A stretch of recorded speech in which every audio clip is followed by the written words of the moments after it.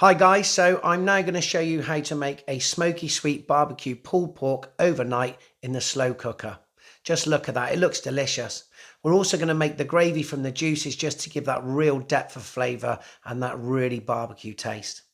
So first of all, we're going to start off with a nice pork shoulder joint, your favourite barbecue sauce, and of course Oscar and Ollie's smoky sweet barbecue seasoning rub. First of all, what we're going to do is take off the fat from the pork shoulder. Now, obviously, we don't want to take off all the fat because that gives us nice flavour and we want to see a bit of marbling. But the skin on the top and the big layer of fat underneath, we really don't want that. It will just go congealed and it will become quite chewy in the actual pulled pork itself. So give that a nice trim until you've got all the fat off that you need.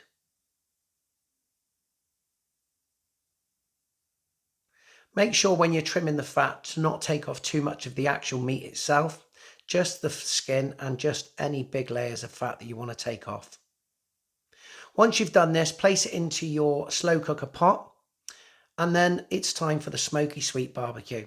Remember guys, the more you use, the more flavour you're going to get. We want to really coat this pork shoulder with that seasoning. Get it in there, pat it down, turn it over, put some more in there, keep it going, keep it going.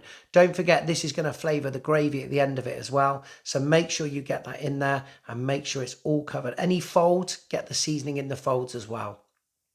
Then we're going to add a little bit of water and that's going to keep all the moisture in there and make it really nice and succulent. So we're going to put it into the slow cooker and I put it on overnight. It was about 8 hours on the low setting and you can see it looks absolutely delicious. So then we're going to take 2 forks and we're going to start pulling it. Just keep ripping it apart. The idea is what you want to do is get a shredded finish. Really nice, fine shred for your pulled pork.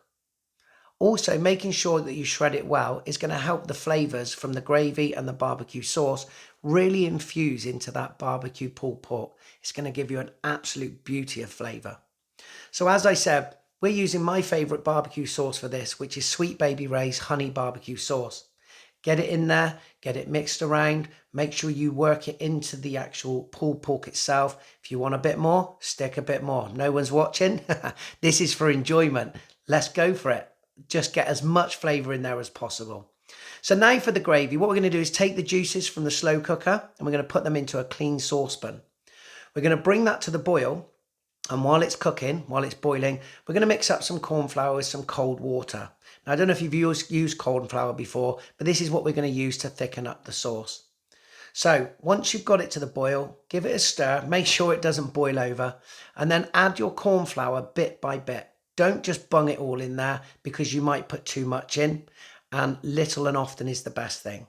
So keep stirring it and keep stirring it until it's boiling and it's starting to get a nice viscous finish, and to make sure that it's nice and thick as you want it. So once we've got that gravy done, we put the pulled pork back into the slow cooker bowl and then we put some gravy over the top of it. Again, this is going to give the nice moisture all the way back into that pulled pork. Give it a nice mix around. Get all that pulled pork coated with the barbecue gravy.